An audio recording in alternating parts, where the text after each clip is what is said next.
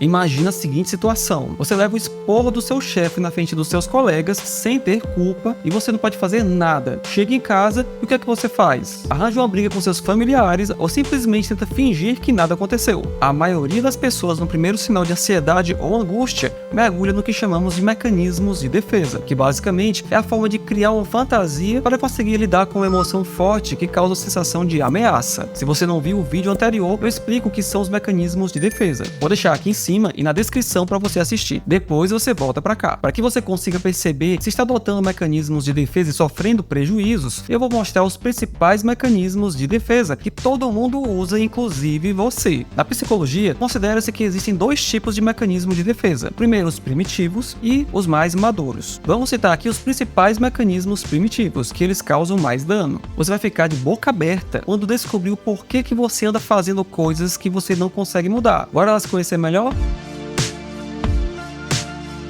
A negação é uma reação inconsciente que faz a pessoa negar automaticamente a realidade ou partes da realidade que não são agradáveis como forma de se proteger da ansiedade e da angústia. O movimento é substituir uma situação ou dificuldade por uma fantasia onde a pessoa se sinta satisfeita e segura de alguma forma. Um exemplo de negação: uma pessoa está tendo problemas no relacionamento e nega que haja problemas fantasiando que está tudo bem. Se recusa a conversar com o parceiro e acaba deixando o relacionamento ir ladeira abaixo. Você conhece alguém passando por uma situação assim? A negação impede a pessoa de lidar com situações de um modo saudável, mas possui algumas vantagens, como permitir que a pessoa evite lidar imediatamente com a dor ou estresse e permitir que a pessoa se mantenha uma falsa sensação de que está tudo bem. Por se tratar de um movimento inconsciente e infantil, traz muitas desvantagens. Pode levar a pessoa a ter comportamentos irresponsáveis e prejudiciais por não estar embasada na realidade e não enfrentar as consequências. Isso impede o processo de amadurecimento emocional, pois a pessoa em negação não aprende a lidar com as emoções e incertezas naturais da realidade humana.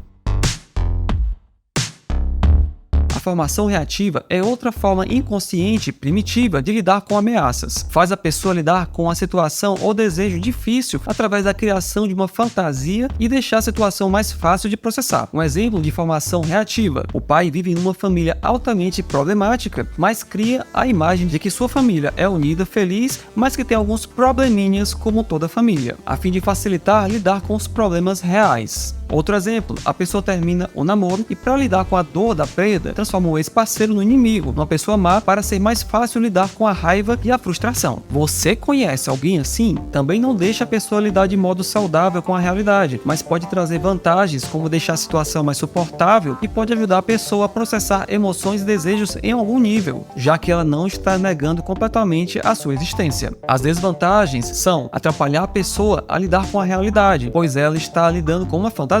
Pode levar a pessoa a tomar atitudes irresponsáveis e danosas, já que não está se baseando na realidade. A projeção é um outro mecanismo de defesa primitivo. Nele, a pessoa projeta os seus próprios sentimentos, pensamentos, características indesejadas, suas sombras, na outra pessoa ou no grupo de pessoas. Isso permite que a pessoa tenha a sensação de estar se distanciando das próprias fraquezas ao invés de lidar com elas e amadurecer. É uma reação danosa, mas pode ter algumas vantagens. Pode ajudar a pessoa a lidar com sentimentos negativos, como raiva, culpa, medo, ao transferir para outra pessoa e trazer uma sensação momentânea também de alívio. Como desvantagem, ela tende a levar a conflitos e problemas de relacionamento quando a pessoa projeta nos outros suas características negativas e pode impedir que a pessoa consiga resolver os próprios problemas enquanto ela vê que o problema está nos outros e não nela. Um exemplo de projeção: uma pessoa que trai ou sente vontade de trair passa a se tornar controlador e ciumento por achar que a outra pessoa também está traindo. Você já viu um casal assim? Outro mecanismo de defesa primitivo é o deslocamento. Nele, a pessoa desloca o alvo dos sentimentos negativos para um alvo substituto. Isso permite que a pessoa evite enfrentar diretamente uma ameaça maior, transferindo para um alvo menos ameaçador as suas frustrações. Um exemplo de deslocamento: a pessoa sente raiva do chefe, não tem coragem de falar sobre isso e fica constantemente irritado com a esposa. Agora me diz, você conhece alguém que faz isso?